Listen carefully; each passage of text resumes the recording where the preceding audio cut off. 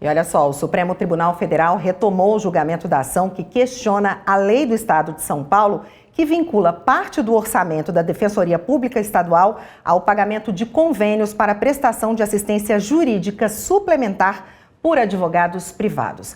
Quem acompanhou a sessão plenária de hoje tem todas as informações, é a repórter Marta Ferreira.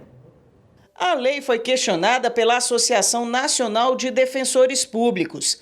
A entidade argumenta que o Poder Executivo teria usurpado a competência exclusiva da Defensoria Pública.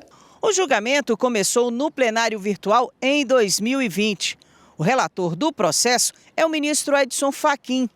Ele votou pela inconstitucionalidade da norma por entender que houve violação à autonomia financeira e administrativa da instituição. O ministro Marco Aurélio, que ainda não estava aposentado, e a ministra Carmen Lúcia também tiveram o mesmo entendimento.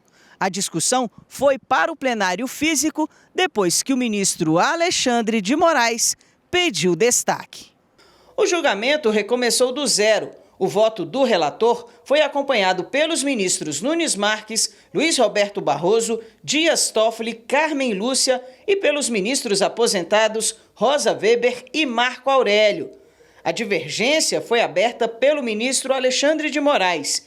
Ele entende que a lei não interfere na autonomia administrativa da Defensoria Pública de São Paulo, pois a instituição não é obrigada a firmar convênios. O que a lei estabelece, segundo Moraes, é que se a Defensoria Paulista escolher firmar convênios, deve destinar 40% do valor do fundo para tal finalidade. O julgamento foi retomado com o voto vista do ministro Gilmar Mendes, que entende que a lei respeita a autonomia funcional, administrativa e financeira da Defensoria. Se existe um endereçamento legal de recursos públicos para custear a assistência jurídica aos hipossuficientes, entendido em sua ampla significação, não pode aquela destinação ficar vinculada unicamente à Defensoria Pública, devendo ser igualmente vertida para fazer frente às demais despesas com os desassistidos. Assim, Gilmar Mendes acompanhou a divergência. Estou convicto de que a solução ora proposta permite conciliar a autonomia financeira da Defensoria Pública com a intenção de auxiliar o financiamento do custeio de serviço público complementar e subsidiário à assistência judiciária gratuita. O ministro Alexandre de Moraes reafirmou o voto.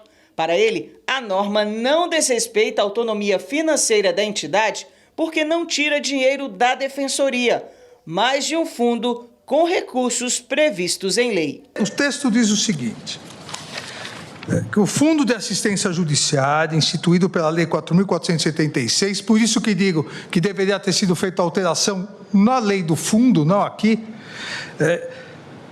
destinado a custear despesas concernentes à prestação de assistência judiciária gratuita, vincula-se, a partir da promulgação desta lei complementar, à Defensoria Pública do Estado, que passará imediatamente a gerir os seus recursos, inclusive o saldo acumulado. Veja, essa é a demonstração do respeito do legislador à época à Defensoria.